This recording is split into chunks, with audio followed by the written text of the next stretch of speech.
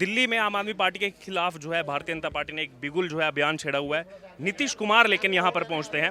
नीतीश कुमार पहुंच करके जो है कह रहे हैं हम अरविंद केजरीवाल के साथ खड़े हैं। जो ऑर्डिनेंस लाया गया कि ये जो है कैसे शक्तियाँ छीनी जा सकती हैं दिल्ली सरकार की, क्या कहेंगे निशंक जी इस पर? अभी जितनी उनके पास शक्तियाँ थी, जिस सीमा तक उनका दुरुपयोग हुआ और जो भारत के लोकतंत्र पर इस तरीके का कलंक लगते हैं कि किसी सरकार के आदेश से अधिक मंत्री जेल में हों, ये बहुत गंभीर विषय है। विषय केवल केजरीवाल तक का नहीं है, जिससे केवल उनके मंत्रियों का नहीं है, इस देश के अस्तित्व का विषय है। लोकतंत्र की रक्षा, सुरक्षा और लोकतंत्र को बचाए रखने का विषय है। और इसलिए लोगों को जो भरोसा तोड़ा है उन्होंने, उसकी सज़ा ज़रूर उनको मिलनी चाहिए। केजरीवाल जी को तो नैतिकता के आधार पर तत्काल इस्तीफा देना चाहिए था। उनको क्या नैतिक हक है? केजरीवाल जी का पूरा मंत्रिमंडल आज जेल में है और मुख्यमंत्री जो है आराम से कर रहा है। और उसमें भी जब कोरोना का काल आता है तब वो व्यक्ति बजाय लोगों को भरोसा दिलाने के, उनके लिए काम करने के, उनके लिए चिकित्सा व्यवस्था करने के लिए, उनके लिए ऑक्सीजन की व्यवस्था करने के, अपना घर को सजो रहा है, उसका सौंदर्यीकरण कर रहा है। उसमें भी 45 करोड़ का बिना टेंडर के घोटाला हो रहा है।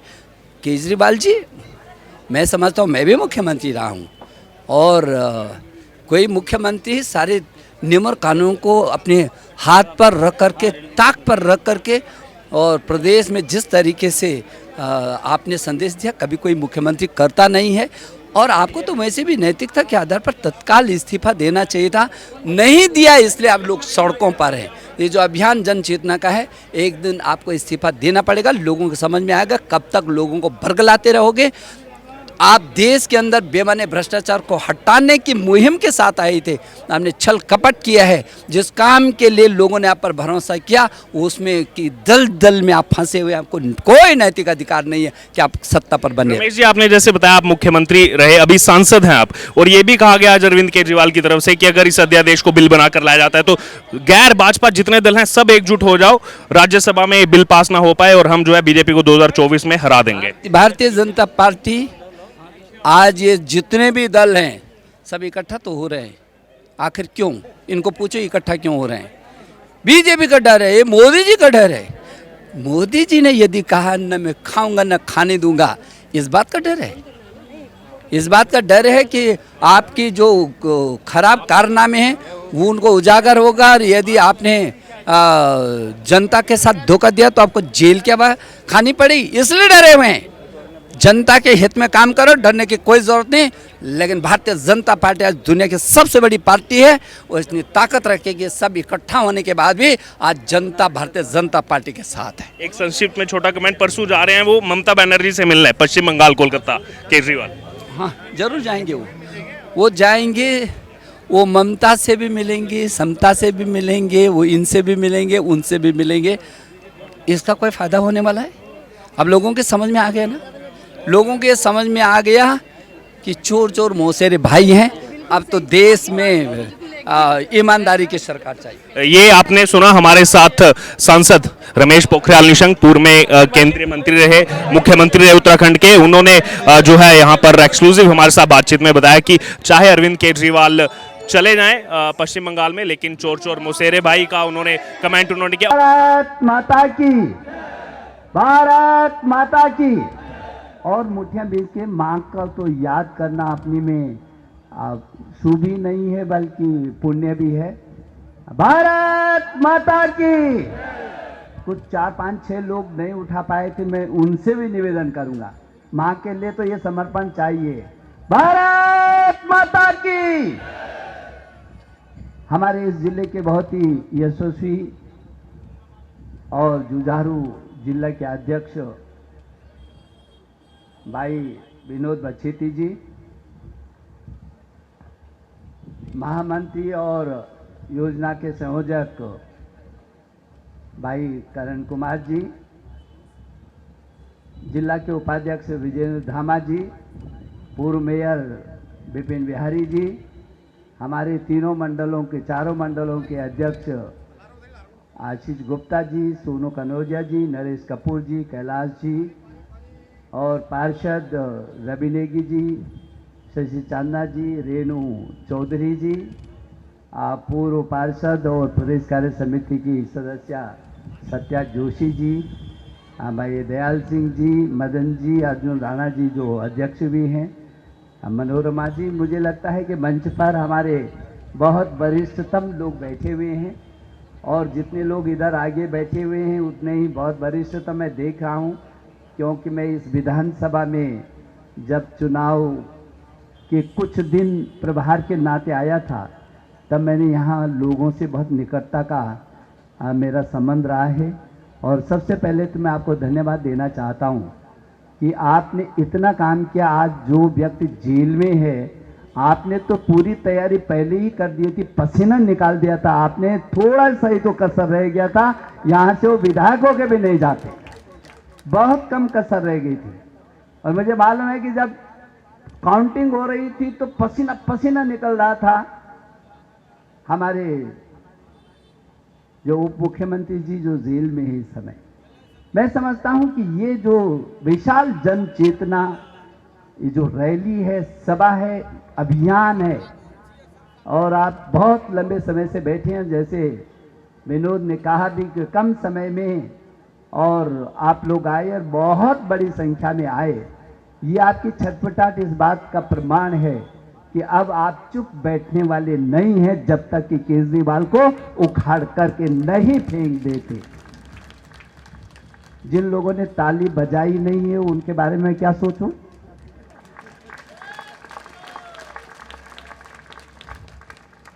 क्योंकि हम इस गर्मी में मैं देख रहा था कुछ लोग पंखा भी हिला रहे हैं लेकिन फिर भी बैठे हुए। आग है मन में, बर्बाद कर दिया दिल्ली को। उन लोगों ने बर्बाद किया जो कहते थे बेमाने भ्रष्टाचार के खिलाफ बड़े बड़े देश के अंदर आंदोलन चला रहे थे। किसी को क्या पता था कि इतनी बेमान और इतने भ्रष्टाचार की दलदल में वही लोग डूबे मिलेंगे जो देश को भ्रष्टाचार से मुक्त की बात करते थे। आज देश विषय केवल दिल्ली के प्रदेश का नहीं है, देश आंसू खून के बाहर आए हैं कि ऐसे छल कदमी लोगों को कब तक देश झेलता रहेगा और ये जो लोग हैं कब तक इनके बहकावे में आते रहेंगे। आश्चर्य होता है, आखिर एक मुख्यमंत्री इस तरीके से करते। मैं भी एक प्रदेश का मुख्यमंत्री रहा हूं, हमको तो अपने से शुरू करने होते हैं उदाहरण। आप बिना टेंडर के, बिना संस्तुति के, और 45 करोड़ रुपया, और वो भी ऐसे वक्त पर जब पूरी दुनिया संकट में थी। मेरा हिंदुस्तान का प्रति व्यक्ति संकट में था। अगला क्षण किसी के जीवन और मौत से जूझते हुए क्षण थे, कब कौन क्या हो जाएगा। ऐसे वक्त जब ऑक्सीजन की जरूरत थी, अस्पताल में लोग को दवाई की जरूरत थी, बेड की जरूरत थी, ऐसे संवेदनशील वक्त में आप अपनी कोठी को सजा रहे थे।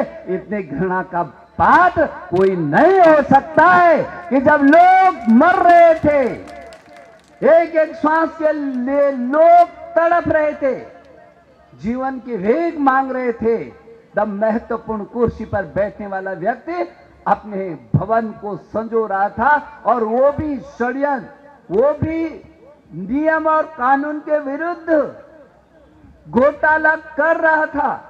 इससे ज्यादा शर्मनाक कोई विषय नहीं हो सकता। भाई और बहनों, मैं कहना चाहता हूं, ये भाषण की बात नहीं, महसूस करने की बात है। और इसलिए ये जितने लोग भी बैठे हैं, इनमें इस बात की आग होनी चाहिए। यदि मेरे देश के प्रधानमंत्री ने कहा था न मैं खाऊंगा न खाने दूंगा, आज देश के इन भ्रष्टाचारियों को जेल के शिकंजों में डालने का काम नरेंद्र मोदी जी ने किया है। और अभी जो बच्चे हैं, वो बच्चे हैं, उनके भी दिन बुरे आने वाले हैं। कोई बचेगा नहीं, क्योंकि नरेंद्र मोदी इस देश के प्रधानमंत्री हैं। उन्होंने कसम खाई है, वो भारत माँ का मेरा ऐसा सपूत है, लाल है, जो माँ के लिए न केवल समर्पित है, लेकिन जिसने कहा है तन समर्पित मन समर्पित और यह जीवन समर्पित। चाहता हूं देश की माटी तुझे कुछ और भी दूं, सब कुछ समर्पित है। और इसलिए मैं समझता हूं कि जितने लोग आज हम यहां पर आए हैं, इस अभियान में आए हैं, वो मुट्ठियां बनकर संकल्प लेकर के जाएं। आज यहां से जाएं। केवल चुनाव का विषय नहीं है, केवल वोट का भी विषय नहीं है, लोगों में जन चेतना को खड़ा करने का विषय है। जो लोगों के मन में छटपटाहट नहीं होगी, वो लोग फिर इनके षड्यंत्रों के शिकार होंगे। और इसलिए जो लोग इनकी बात करते हैं, पहचानो ना उनको, जानना तो पड़ेगा, पहचानना भी पड़ेगा, फिर समझाना भी पड़ेगा। मुझे लगता है ये कहा जा रहा था जब मैं देश का शिक्षा मंत्री था, साहब दिल्ली प्रदेश शिक्षा का एक अभिनव प्रयोग होगा।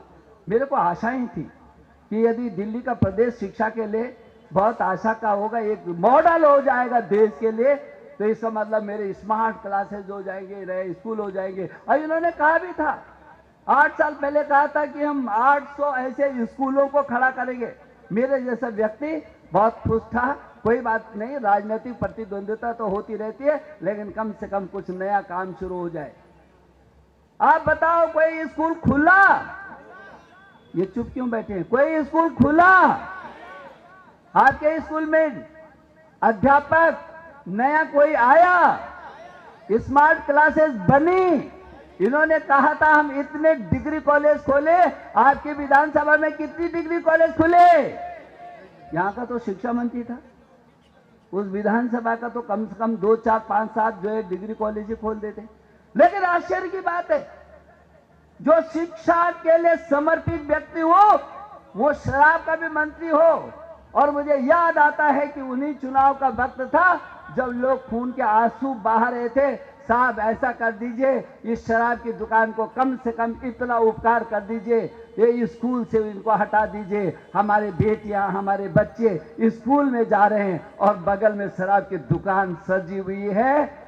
मैं इस मंडल के अध्यक्ष को, इस जिले के अध्यक्ष को, आप लोगों को बधाई देना चाहता हूं कि 24 दुकानें खोल दी थी, 16 आप लोगों ने संघर्ष के बाद बंद किए। मैं आपको बधाई देना चाहता हूं।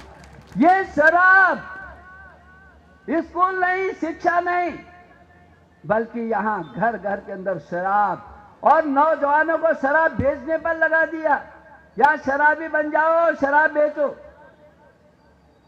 सारे मानदंडों का कत्ल कर दिया इस गवर्नमेंट ने। मुझे कहते हुए बहुत दुख है कि जो गवर्नमेंट है उसका महत्वपूर्ण मंत्री आज जेलों में है। आधे दर्जन से भी अधिक मंत्री जेल में हैं। यह देश का पहला उदाहरण है कि किसी ऐसी सरकार के आधे से अधिक मंत्री जेलों में सड़ रहे हों। इससे बड़ी शर्मनाक बात क्या हो सकती है? मैं कहना चाहता हूं अरविंद केजरीवाल जी, यदि आप में नैतिकता इतनी भी बची है तो आपको इस्तीफा दे देना चाहिए। लोगों से क्षमा मांगनी चाहिए कि जो बोला था आपने, झूठ बोला था, जो किया था वो छल कदम था। हो इतने नाटक मेरे पहाड़ के यहां बहुत सारे लोग हैं, इन सबको मालूम है। जब दिल्ली में मीटिंग हुई थी तो जो उत्तराखंड के चुनाव थे, उस यहां से सारे लोगों को भेजा जा रहा है गांव में। और उत्तराखंड में तो इस समय आप पार्टी की गवर्नमेंट बनेगी, ऐसे बयान दे रहे थे। केजरीवाल साहब भी चले गए वहां। ये साहब जो यहां से विधायक हैं, वो साहब तो कई बार गए वहां, कई बार गए। इस समय तो उत्तराखंड में हमारी गवर्नमेंट बनेगी। मैं उत्तराखंड के लोगों को इस बात के लिए बधाई देना चाहता हूं, पांव नहीं ठहरने दिए। एक भी सीट ऐसी नहीं थी जिसमें इनकी जमानत जब्त करके इनको पैदल वापस कर दिया। सारी की सारी 70 की 70 सीटों पर इनकी जमानत जब्त हुई। किसी का तो खाता ही नहीं खुला। और उनके जो पार्टी के अध्यक्ष थे, वो अपनी पूरी मंडली को लेकर उन्होंने कहा मुझे पता ही नहीं था, इतने छल कपटी लोग हैं, मैं तो भारतीय जनता पार्टी में आता हूं। उन्होंने प्रदेश अध्यक्ष सहित सारी की सारी टीम भारतीय जनता पार्टी में सम्मिलित हो गई। वो उन्होंने बयान दिया, इन्होंने हमसे ही धोखा दे दिया। उन्होंने कुछ ऐसे बयान दिए, ऐसे प्रमाण दिए कि शर्म आती है। और इसलिए मैं सोचता हूं कि आज जो ये जन चेतना का जो अभियान है, ये छोटा अभियान नहीं, बड़ा अभियान है। मेरी आपसे अपील है, अभी रेणु ने कहा, उससे पहले हमारे पूर्व मेयर साहब ने कहा, आकाश जी ने कहा, तमाम हमारी पहली पार्षद भी बोल करके गई। अब पानी ये सामने रखा हुआ है पानी, यदि किसी जो गवर्नमेंट शिक्षा, चिकित्सा और पानी इसको भी देने में सक्षम न हो, उसको तो कोई नैतिक हक नहीं है कि वो कुर्सी पर बना रहे। है क्या है? ये चुप बैठे हुए लोग क्या बोल रहे हैं? जो पानी ना उपलब्ध करा सके, जो घर घर में शराब की दुकानों को खोले, जो शिक्षा को चौपट कर दे, शिक्षण संस्थानों को अगल बगल में शराब की दुकानों को सजा दे, जिसके मंत्री नित नए घोटालों में जेल काट रहे हो, ऐसी सरकार को बने रहने का हक है। तो यदि हक नहीं है तो हम अगला क्या कदम उठाने वाले हैं? ये लोकतंत्र है, इसलिए जनता की आवाज जिस दिन इकट्ठा हो जाएगी, केजरीवाल जी को 24 घंटे के अंदर इस्तीफा देकर के भागना पड़ेगा। ऐसी स्थिति पैदा कर दोगे क्या? ऐसी स्थिति पैदा करेंगे तो आज से ये अभियान जारी होना चाहिए। एक घर, एक व्यक्ति भी ऐसा नहीं मिलना चाहिए जो इस बात के लिए खड़ा ना हो। बताओ क्या करना है? आओ सड़कों पर। केजरीवाल जी, आपके ये झूठे कारनामे अधिक दिनों तक छिपे नहीं रहेंगे, और इसलिए आज संकल्प लेकर के हम लोग जाएंगे कि एक एक व्यक्ति 10-10, 20-20, 50-50, 100 परिवारों को कोई दिन नहीं छूटना चाहिए। हर दिन अपना टारगेट रहना चाहिए, और आते आते 1 महीने के अंदर अंदर पूरी दिल्ली में ऐसा माहौल हो जाए कि केजरीवाल हाथ जोड़ करके कह दे, मेरे से गलती हो गई, मैं क्षमा चाहता हूं और ये कुर्सी छोड़ रहा हूं, मैं जो सजा मुझे मिले उस सजा को पाने के लिए तैयार हूं। ऐसी स्थिति पैदा कर दो तो मजा आ जाएगा। मुझे भरोसा है कि आज के दिन के इस अभियान में आप जरूर ऐसा करेंगे। एक बार पुनः मेरी बहुत शुभकामना। आयोजकों ने जो मेहनत की कम समय में, और बहुत अच्छे इस महाअभियान को जो भारतीय जनता पार्टी ने लिया है। भारतीय जनता पार्टी दुनिया की सबसे बड़ी पार्टी है, दुनिया की, और उस दुनिया की सबसे बड़ी पार्टी के सदस्य हम हैं। हमको गौरव महसूस होता है आज ऐसी पार्टी पर। दुनिया का सबसे बड़ा ताकतवर राजनीतिक नेता, सबसे दुनिया का ताकतवर, अभी आज ही हम देख रहे थे कितने राष्ट्र जहां जहां जा रहे हैं, उनके राष्ट्राध्यक्ष हमारे मोदी जी के चरण स्पर्श कर रहे हैं। और अभी अमेरिका के राष्ट्रपति ने तो ये तक बोल दिया कि जून में आपको हमारे पास आना है, लेकिन मैं परेशान हो गया हूं, इतने टेलीफोन आ रहे हैं, इतने टेलीफोन आ रहे हैं कि मोदी जी, मुझे आश्चर्य होता है कि दुनिया में कितनी आपकी लोकप्रियता है। ये अमेरिका का राष्ट्रपति बोल रहा है। ये हमारी ताकत है। आज दुनिया में हिंदुस्तान बहुत ताकत के साथ ऊंचाइयों को छू रहा है, और हम भारतीय जनता पार्टी के कार्यकर्ता इस बात को लेकर को गौरवान्वित महसूस करते हैं कि हमारे पास ऐसा लीडर है जो दुनिया का सबसे बड़े ताकतवर हो। बोलो भारत माता की। बहुत बहुत धन्यवाद। दिल्ली के मुख्यमंत्री अरविंद केजरीवाल के झूठ फरेब को मुझे लगता है कि दिल्ली का बच्चा बच्चा जानता है। अगर किसी बच्चे से पूछो कि अरविंद केजरीवाल का झूठ फरेब गिना सको, वो बच्चा जो 5वीं छठी में, वो कम से कम 5 झूठ, 5 बेईमानियां, 5 भ्रष्टाचार गिना सकता है। जहां पे इन्होंने जो घोटाले, जिस तरह से अभी आप शीश महल की बात कर रही थी, हमारी बहन रेणु जी ने कहा 200 करोड़ का घोटाला है, जो रिपोर्ट में 171 करोड़ रुपए का घोटाला हुआ, और करीबन 113 कमरे साथियों जो कमरे से बनाया।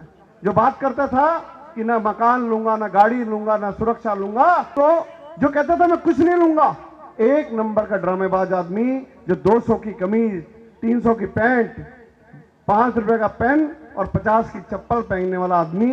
ठाट देखिए, शौक देखिए, जिस तरह रवि नेगी जी बता रहे थे, 8-8 लाख के पर्दे। इस विषय पे नहीं जाऊंगा साथियों, लेकिन घोटाला केवल शीश महल नहीं है, शराब घोटाला। इसी विधानसभा के अंदर आपने सबने देखा होगा कि ये जो स्कूल के पास आपने 2 शराब की दुकानें बंद करी, और जो इस विधानसभा से जो विधायक है दिल्ली का उप मुख्यमंत्री, आम आदमी पार्टी का नंबर 2, आज पिछले 4 महीने से तिहाड़ जेल में साथियों। जनता ने कहीं ना कहीं आपकी ताकत थी, आपकी शक्ति थी। RWA मार्केट एसोसिएशन, महिला जो कीर्तन मंडलियां, आप सब लोग एकजुट हुए, भारतीय जनता पार्टी ने आपको ताकत दी, उनके सारे शराब के ठेके बंद कर दिए साथियों। जो हजारों करोड़ रुपए का इनका घोटाला था, इनका एक जो दिल्ली का स्वास्थ्य मंत्री सत्येंद्र जैन हवाला केस में 1 साल से ज्यादा तिहाड़ में, इनके DTC की बसों के घोटाले, इनके स्कूल के निर्माण के घोटाले। एक स्कूल के कमरे की कीमत 8 लाख होती है, भाई खिड़की हो गई, उसमें कितना हो गया, लेकिन 32 लाख रुपए का एक स्कूल का जो कमरा है। CCTV घोटाले इनके हो गए।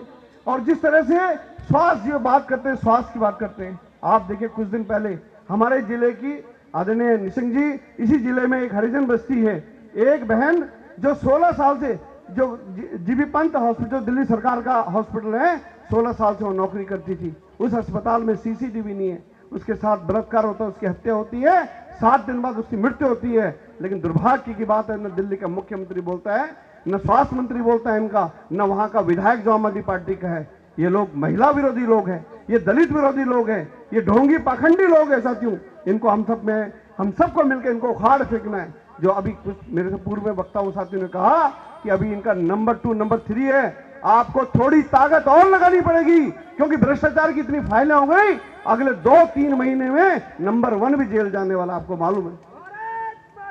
वही साथियों, हम लोग धन्यवाद करना चाहते हैं देश के यशस्वी प्रधानमंत्री मोदी जी का, जिन्होंने दिल्ली पे जिनकी कृपा बनी है, सफदरजंग हॉस्पिटल, एम्स, राम मनोहर जैसे जो बड़े अस्पताल है, जिनके माध्यम से कोरोना की एक महामारी में, जहां हम लोगों को ऑक्सीजन से लेके दवाइयों से लेके करीबन दिल्ली की 72 लाख परिवारों को सूखा राशन पिछले 3 साल से मिल रहा है।